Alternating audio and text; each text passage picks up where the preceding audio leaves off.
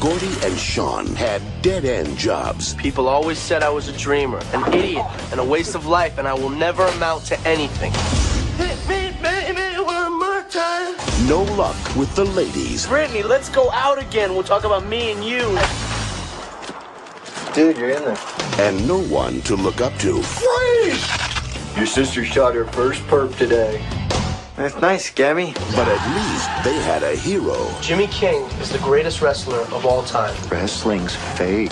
Wrestling's not fake!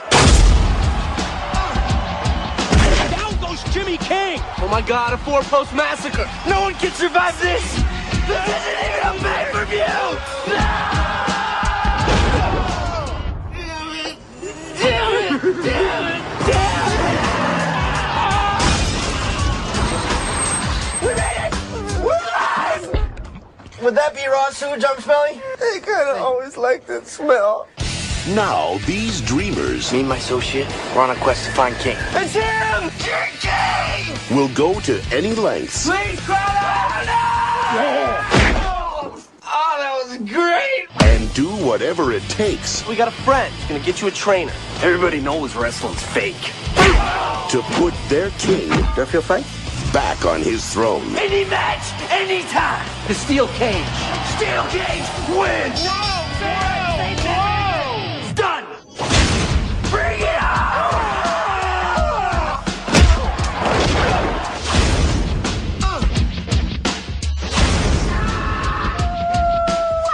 We are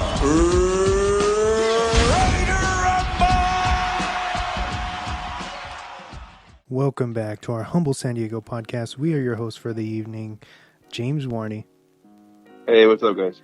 Ryan Jimenez, What's up, everyone? and of course I, the Swan. This week we review a little film called Ready to Rumble by request from a fan/friend of the show.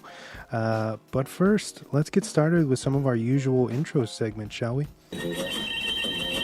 And now for a special news report. Brought to you by Drop the Mic. Let's do it. All right, James, kick us off with some pop culture news. All right. Some sad news if you're a DC fan. I'm sure both of you are aware of this, but Warner Brothers Discovery has shelved Batgirl, the movie that was going to be coming out. I think they had already finished it, and I think they were in post-production. They'd already put about $90 million into the film. A lot of that amount was due to a lot of delays from COVID and reshoots and stuff like that. But it looks like they looks like no one's ever going to see that movie. So thoughts on that? I don't know if you guys have heard the news on that one. This was going to have Brendan Fraser. Michael Keaton was going to be reprising his role as Batman again. In this one to kind of tie him into the Flash as well. But yeah, what are you guys' thoughts on that? No, yeah, it sucks, dude. I was looking forward to it, especially with Brendan Fraser being the villain, and then them bringing back Michael Keaton, and then J.K. Simmons coming back. Yeah, it sucks, dude. I wish they could have. I mean, sounds like they're doing it for tax purposes, right? To write it off. Yeah. The rumor is that they're going to use it for a tax write-off, and that if they do that, it'll officially lock that movie down, and it'll make it unviewable, basically, if they do that. Yeah. So I mean, they're going to do it for that. That's fine. I mean, I know they're trying to, make the company look good for investors and everything, but I think it would have made that money well over that money in the box office. Right. Yeah, dude, it sucks. I was looking forward to it. Yeah, apparently David Laszloff, the guy who's taking over for Warner Brothers, or the Warner Brothers that was bought by Discovery, he was saying that they are looking, if they're going to be putting out a movie, it has to be theatrical quality. And apparently from the early reviews the early screenings that they got from, I don't know who watched it, but apparently it might have just been within the Warner Brothers studios for the screening, but they said it was a horrible screening, and it was like in the 60s. I don't know, whatever that means. But but they said it was very low in the rating score, and it's not up to par in terms of what he thinks Warner Brothers and especially DC films should be putting out.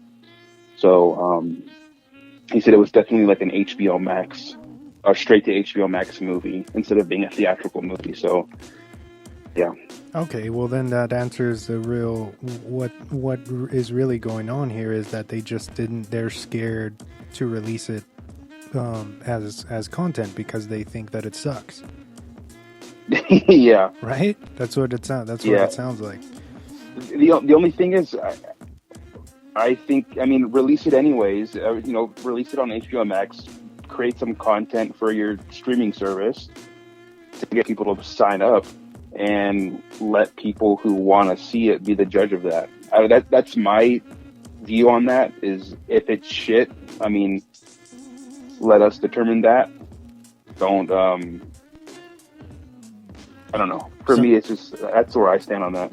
Yeah, sometimes studios and studio execs, they're really out of touch with what fans will end up adoring. So that could be a huge misfire for them. Yeah, it kind of sucks on their part. To complete an entire movie and then just have it be shelved. It just sucks to have someone's hard work, especially the directors and stuff. And even I think her name was Leslie. I don't remember her. She was from In the Heights, but she had a huge role in that on HBO. But it was supposed to be like her big breakout film and stuff. So sucks. They had put out a press release stating that it had nothing to do with any of the actors or the directors, and they look forward to working with them in the future. Hopefully, there's no bad blood between them now. But moving on to some interesting news here, it looks like they're going to be doing a Roadhouse remake or reimagining. I don't know if you heard about this one, Wes, with Jake Gyllenhaal. Yes.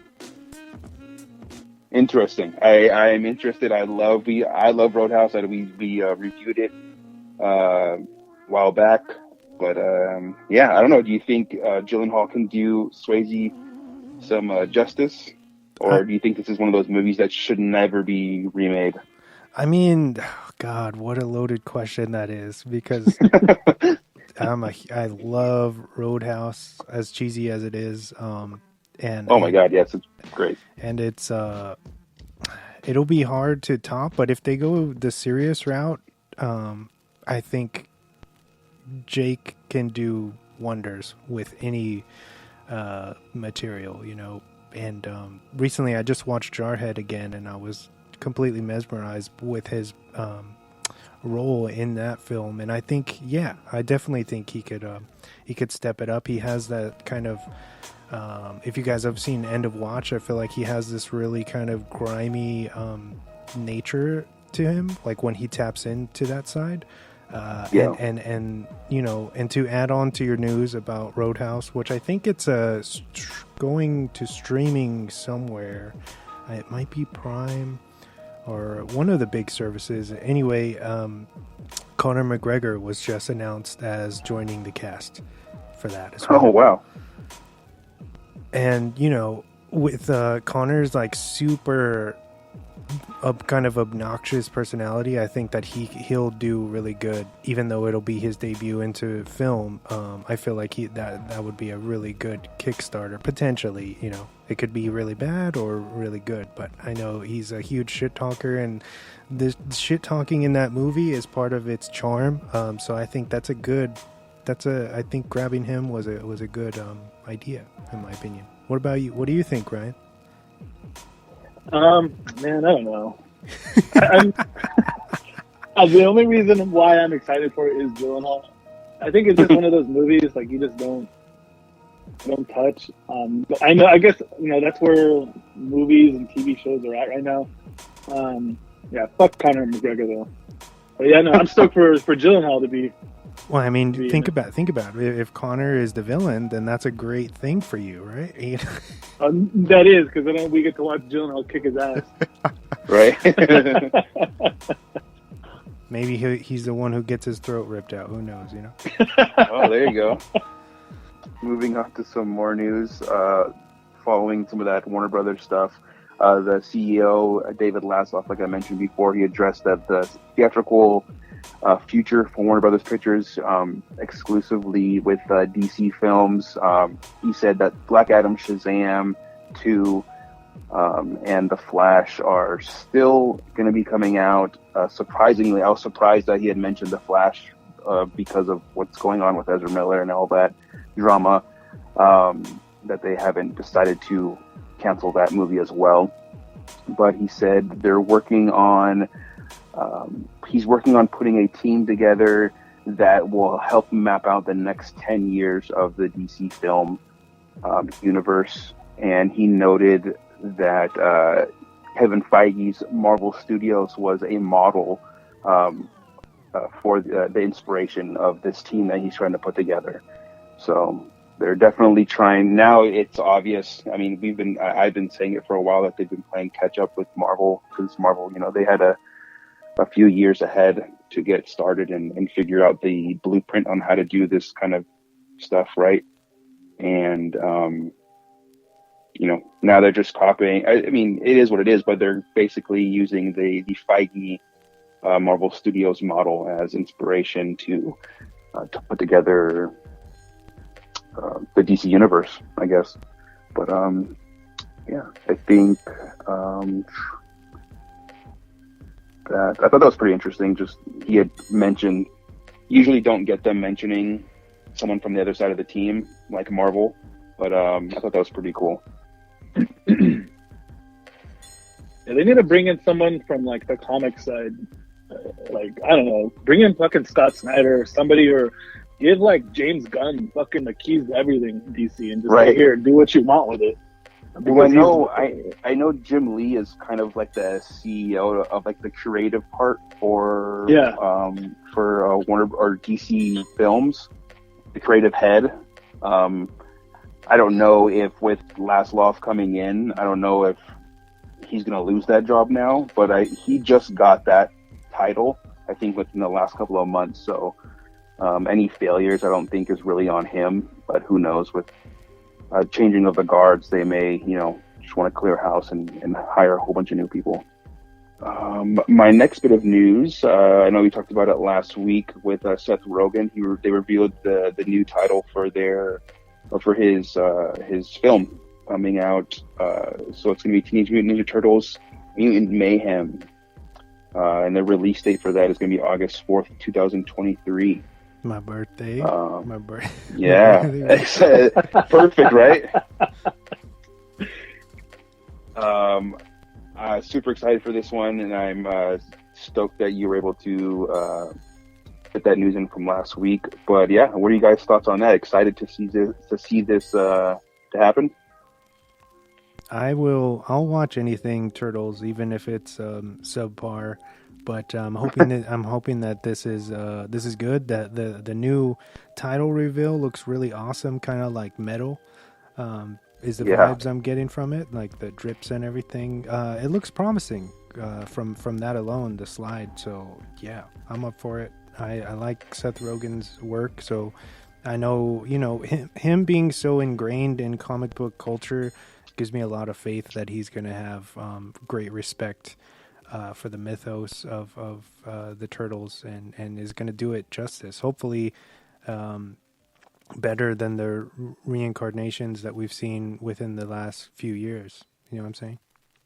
Yeah. So Mohammed Daib, I'm not sure, I'm probably butchering that last name, but he is one of the executive producers and directors from Moon Knight. Was spotted in Cairo with Oscar Isaac. And it looks like they're scouting for season 2 of Moon Knight. So it's official. I know in the beginning when the series was coming out, I thought it was supposed to be a limited series, basically a one season type of deal. But I guess with the success of the first season, they were able to get Oscar Isaac to come back and do a second season. So I'm excited for that. Super stoked. Can't wait for more of that. Yeah, that's going to be awesome. I really enjoyed that show, and I love that character. Hopefully, them bringing it back for a second season, and then like officially announcing Blade and stuff like that.